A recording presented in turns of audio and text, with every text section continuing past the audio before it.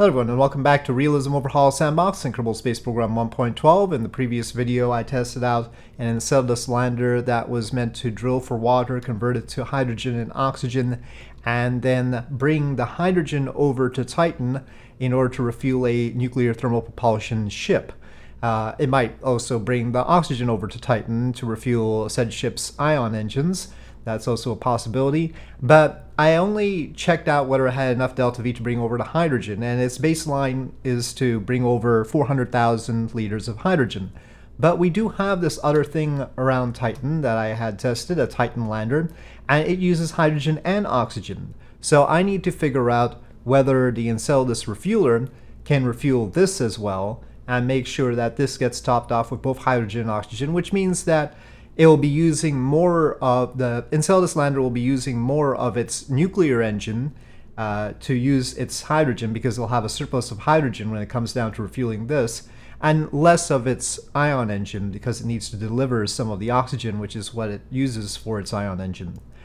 So that is the thing. I want to test whether it can refuel the lander. It should be able to. Another issue is that we never discussed whether the Enceladus lander could then get back to Enceladus after refueling something around Titan. That is an issue. I neglected that aspect of things, and probably it's going to have a little bit of trouble with that. So we'll have to think about that. But for now, because we want everything to be reusable, we want this lander to be reusable, that's why we're refueling it. And then we are going to want the refueler to be reusable so that I can get back over to Titan and land again.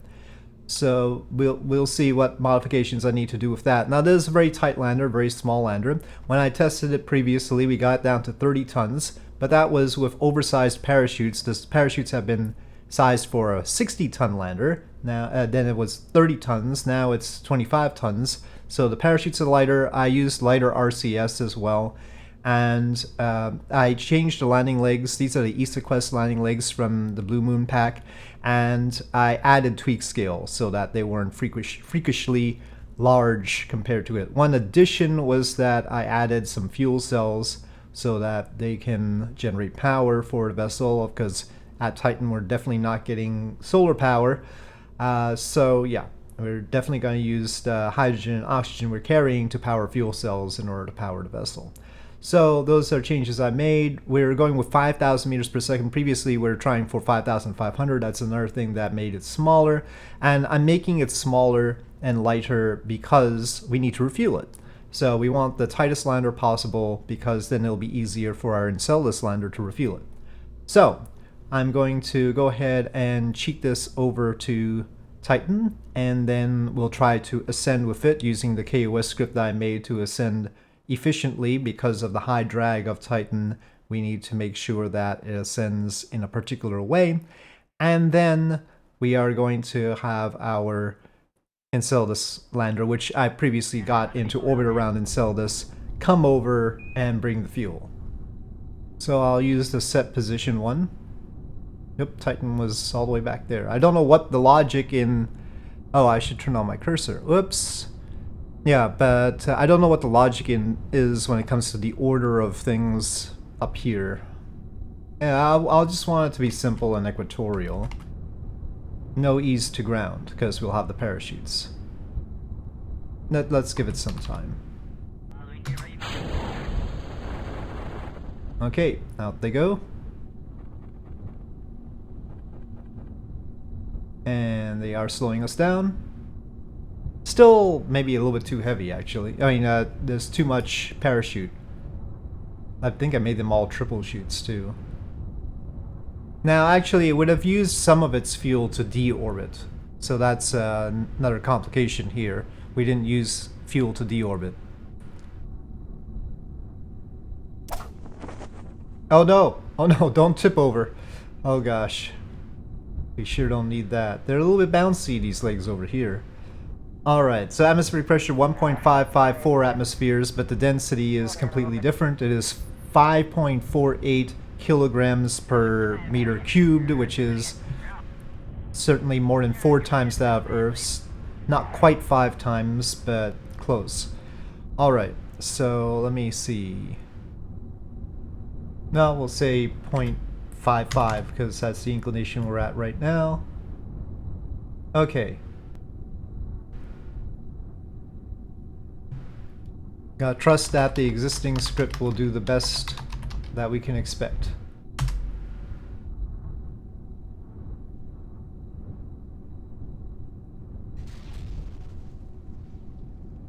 Up it goes. Don't go too fast now.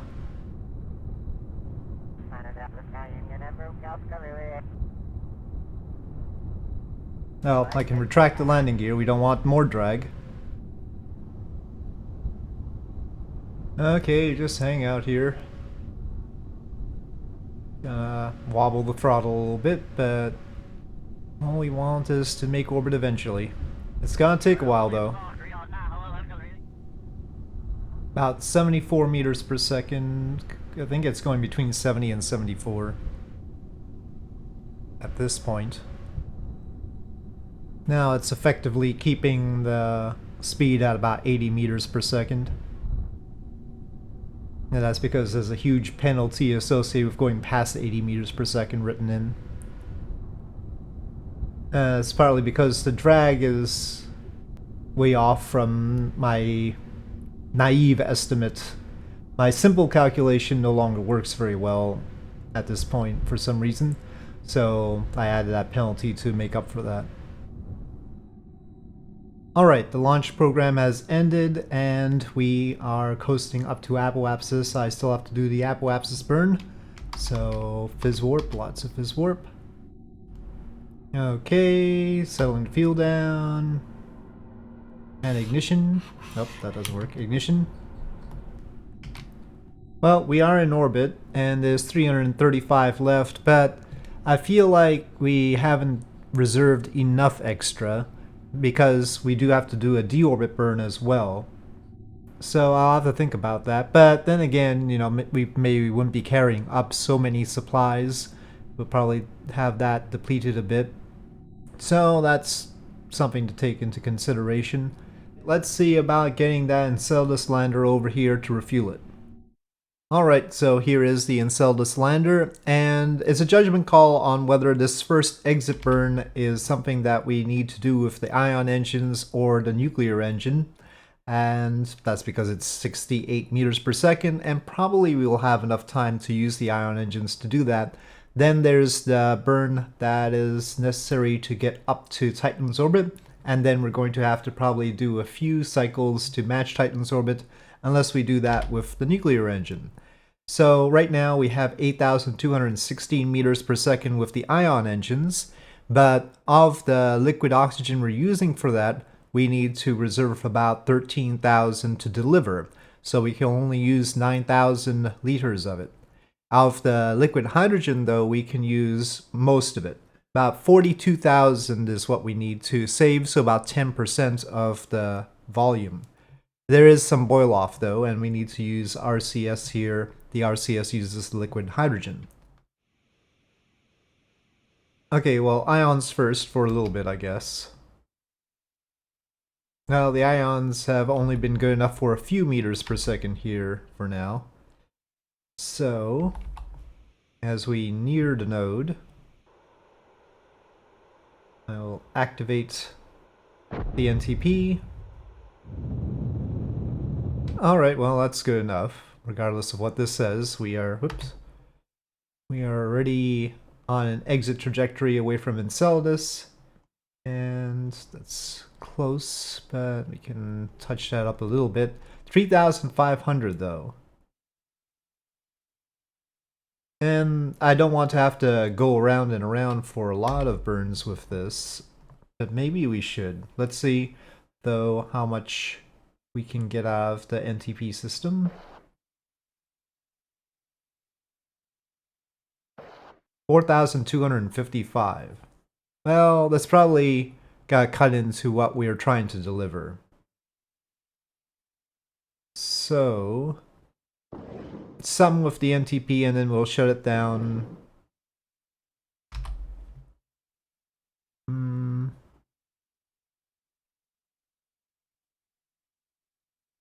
Yeah, we'll do some on the initial burn and then we'll probably have to come around to do another burn and maybe a few more with the ion engines. Okay, but we should start with the ion engine now. So no NTP, just prograde.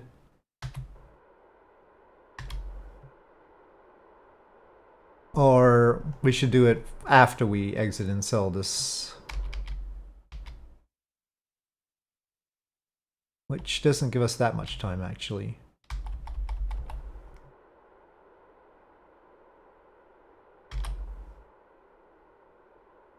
So, okay, we'll toss in the NTP right away.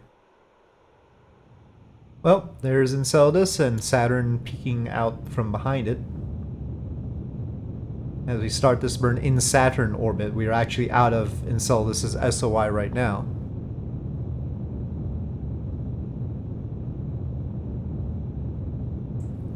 Well, Fizz Warp in this case.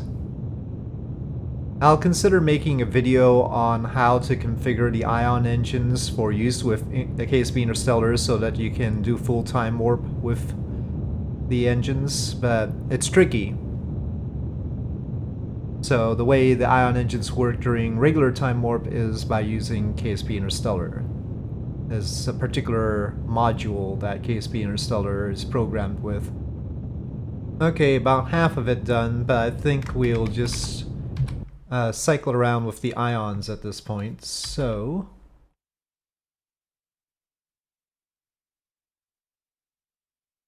Shut down. In a way, it's actually faster because we get to use the full time warp. So, throttle back up. But, remembering our limits... I don't want to do the burnout here. I don't want to do the full spiraling up that often people do with ion engines. I'll be patient, and I would expect NASA to be somewhat patient as well. Titan lander electricity running out? Uh-oh. Let me see what's up there. Did it miss? I mean, it should have had enough fuel cell propellant for a long time, actually, so... Well, we still have hydrogen and oxygen. Oh, no, you don't have to use it. Okay.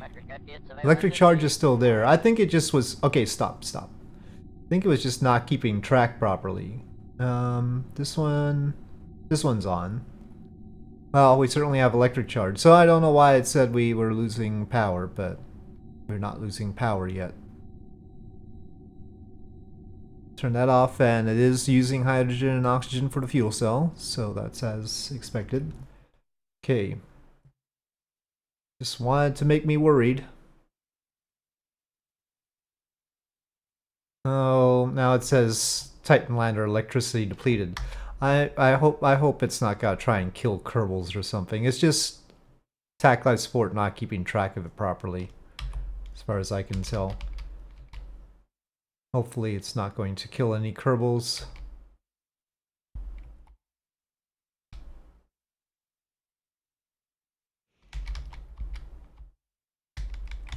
Oh, a little bit too far there.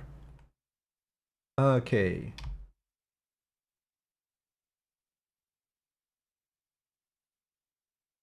I'm pulling it down with RCS, which is not an efficient thing to do, but... Oh, you know, well, we'd have to use RCS to turn to retrograde anyway. Okay, but I think we can just phase with it. So why don't we do a prograde burn to boost up here to better match Titan's orbit before arriving. We probably don't need to hurry so much compared to Enceladus. Enceladus, when you get into the SOI, you don't have much time because it's so small. That's not true of Titan. Titan's pretty far out from Saturn, and also it's not that light. So we could probably do a pretty long ion engine burn within Titan SOI.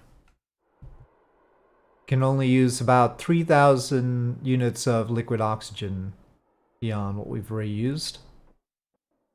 Okay, well, we'll have to do the rest with the nuclear engine. I want to save the rest of the liquid oxygen.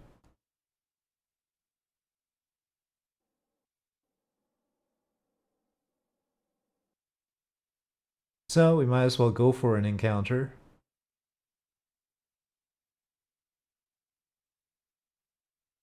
But it is actually retro burning down, which isn't efficient. Let me just go straight up. Or, well, maybe being a little bit inefficient will get things done a little bit faster too. Should have just figured that out earlier. Okay, that would be in Titan's atmosphere. We don't want that. We do want to match the inclination of our target. Well, for starters, I suppose, we'll do this. 3094 left here. Okay, correction burn. This will get us our encounter. We'll need to do some other inclination burn to help things out, I think. But we are basically at the ascending node, so... well, whatever. We'll just have to do some sort of other adjustment. Okay. That's the start, and then I'll do an inclination correction here. Well, maybe it's better to correct the inclination once we get to Titan SOI. How much is it gonna cost? It doesn't feel like a whole lot right there. Yeah, okay, fine. We'll just correct that once we get into Titan SOI. That's not too bad. Much worse to do it in Saturn orbit. So, nothing like that. We're just going over to Titan. Alright, there's Titan. And we're headed to periapsis. 500 for loose capture. Okay, we are capturing here.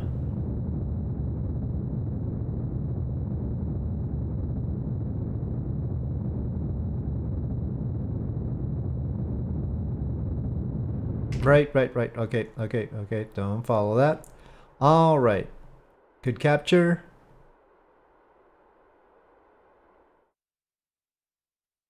Okay, well, 0 inclination, and we've got a tangency, so that's the correction we want to do. That's 114. Alright, so 352 meters per second will get us a separation of 3.5 kilometers and then a relative speed of 240. So I ended up not using enough of the hydrogen and using too much of the ion engine propellant. So we're gonna end up inefficient in that respect, which will hurt this little refueler's ability to get back to Enceladus. We'll see how much delta V is left afterwards, but yep, I should have used the NTP a little bit more and the ion engines a little bit less. But would it have had enough delta V to get back anyway? I don't know, it takes a lot to get here. Okay, down to a 6 meter per second difference. Basically, we've got 80,000 extra liters of liquid hydrogen at this point that could have been liquid oxygen instead, and if they were liquid oxygen, they would be used for the ion engines, which would have had more delta V. Okay, 1 meter per second. And where is it? There it is.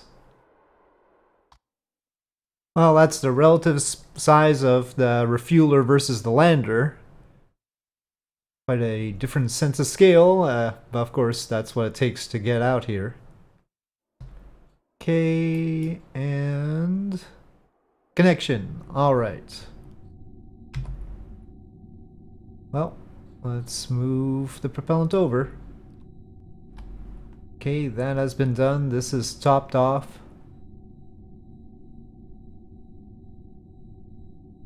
5,500 it has right now. How does it have 5,500? I was expecting just 5,000, right? That's what we had in the VAB, just 5,000.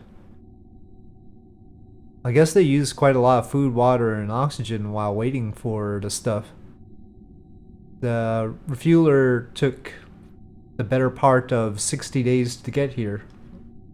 Well, 52 days, it says. So 52 days for the refueler to get here. We should plan ahead for such long transits. Good thing they had that much food then. Alright, so the remaining delta V is 2,800 according to this. But if I add less of the liquid hydrogen and more of the liquid oxygen, maybe it would have been. So the thing is, we do have a little bit more Oberth boost thanks to Titan compared to Enceladus. So it's 1,740 meters per second to get to Enceladus's orbit like that, which is exactly what the stage has, as it turns out. And then we have to bring the orbit down, and that's the big part. 3,600. So we're short quite a lot in order to get back to Enceladus. We can deliver the fuel, but this is probably not satisfactory. Maybe this whole deal needs some rethinking. Now, I do plan to have a smaller nuclear engine, as painful as that is, because the burn times are going to be longer, and we're already quite long. We're like at 40 minutes and it'll be 2 hours, but I'm replacing a 111 kilonewton engine with a 45 kilonewton engine to make it lighter. And maybe we could even have longer ion burn times, as painful as that also would be. Probably I don't want that much, but I mean, the total burn time is 12 days for the ions. But maybe, I don't think we could have gotten enough if we just simply swapped the liquid hydrogen for more oxygen. We're talking about needing about 2,500 extra or something like that. So it's a bit of a pinch. I don't really want a larger one of these landers. Maybe we can just refuel the lander in 2 goes? Something like that. I'll think about that. Anyway, but we can get it over here. That's the first thing. And I should build out more of the elements of this whole mission to Saturn. And I'll work on that next time. So with that, thank you for watching. I hope you enjoyed this video. If you did, please do press like. If you have any comments or suggestions, please leave them in the comment section below. And I'll see you next time.